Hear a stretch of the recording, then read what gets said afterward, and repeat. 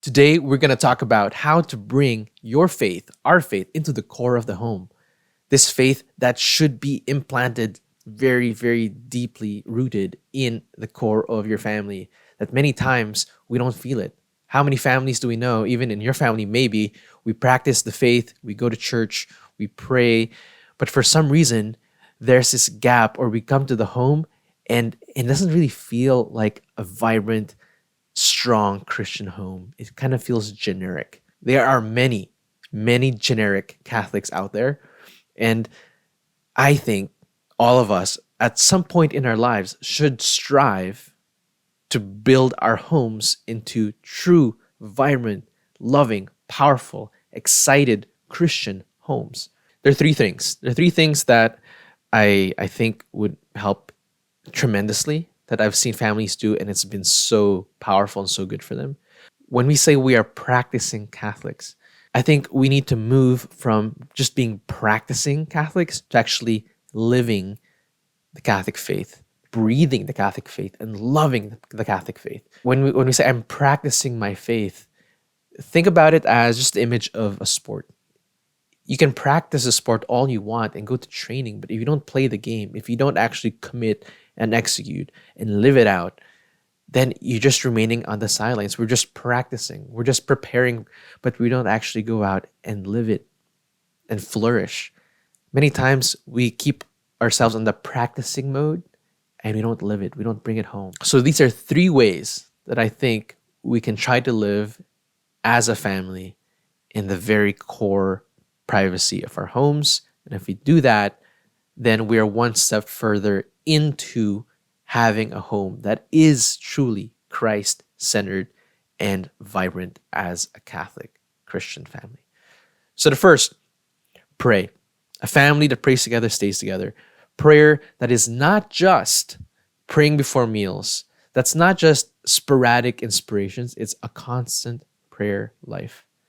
That a family that every so often, on a constant basis, we have traditions as a family. Dad and mom create prayer traditions from the youngest kid that you have to the oldest, that we as a family together, we every Saturday night, because it's Our Lady's Day, we pray the rosary, or a decade, whatever, right? And let me add to this whole prayer thing. It's not just praying together or having traditions. It's also, parents, teach your kids how to pray. Teach your kids why we pray the rosary, why we do these prayers. Teach them why we bless the food. Do you ever ask yourself, why do we bless the food before meals? Is it because, oh, it's poisonous? Of course not, right? Why do we bless the meals? Why do we bless the food? Why do we make the sign of the cross? Why do we have all these devotions? Why is it necessary to pray beyond Mass or beyond church? So pray and teach your kids how to pray.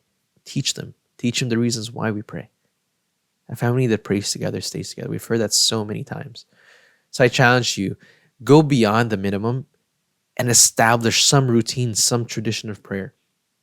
That's first. That alone is okay, but it's not enough. The second, do not be afraid to talk about your faith with your kids. Dad and mom, really, do not be afraid to talk about your faith with your kids. Do not be afraid to talk about what went on at Mass. What did the priests speak about? Don't be afraid to talk about moral questions with your kids. To be the real teachers of the faith to your children. How often it is in our Catholic society, the parents think that the kids are going to be good Catholics if they go to a good Catholic school. Maybe. But if they don't come to a Catholic home, if they don't come home to a Catholic home, where the parents reinforce the true Catholic faith, whatever they learn in school is gone. Or it's not strengthened. It doesn't take root.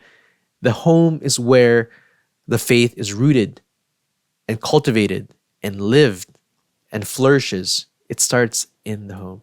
So don't be afraid to talk to them about Jesus. Do not be afraid to talk to them about even the religion class. I have had so many beautiful experiences with parents.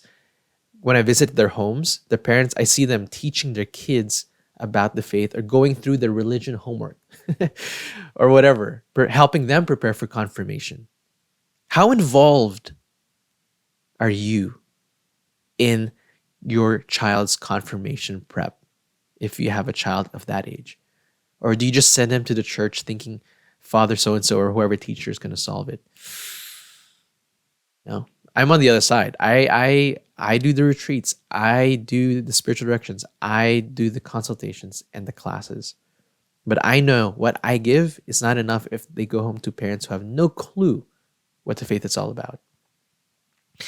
Third, and this is something that I do not see a lot, but when I see it, it is like the secret weapon in making the family into a true Christian home and making your child, your son and daughter into true lovers of the faith. And it is this personal accompaniment, mom and dad with the son and daughter. That practically, I am not afraid to have one-on-one chats with my son or daughter about their faith. One-on-one, not as a group. I take my daughter out on a dinner date and I talk to her about her faith. I go with my son on a camping trip and I talk to him about my faith, about his faith. I am not afraid to engage my children one-on-one. Why is it one-on-one? Because when it's done on a one-on-one level, that kid feels like they have all the attention from their parents. It is so beautiful when I see a dad talk to his son or daughter one-on-one about the faith. There's nothing more impactful than that intimate, personal conversation about their faith, about God, between a parent and their child. For some reason, it's hard for a lot of parents because it's uncomfortable, it's new, it's different, but it's worth it. It's worth taking the time. It's worth learning how to do that, right? If you need to ask me or ask a priest or ask someone who does it, this is my job. I do one-on-ones a lot of personal coaching and spiritual guidance with a lot of people. And it works in tremendous ways. And I believe if dad or mom make that effort to talk to their son or daughter one-on-one about their faith, then you're touching the very core of who they are and you're guiding them and you're walking with them. You're not just setting them to practice their faith at church. You're bringing the practice home and you are practicing with them. You are playing spiritual catch with your son. You are entering into the very core of their spiritual lives as parents. Can we do that? Can we do that? I've seen it tried and I've seen it done and I've seen families flourish and find the strength in that.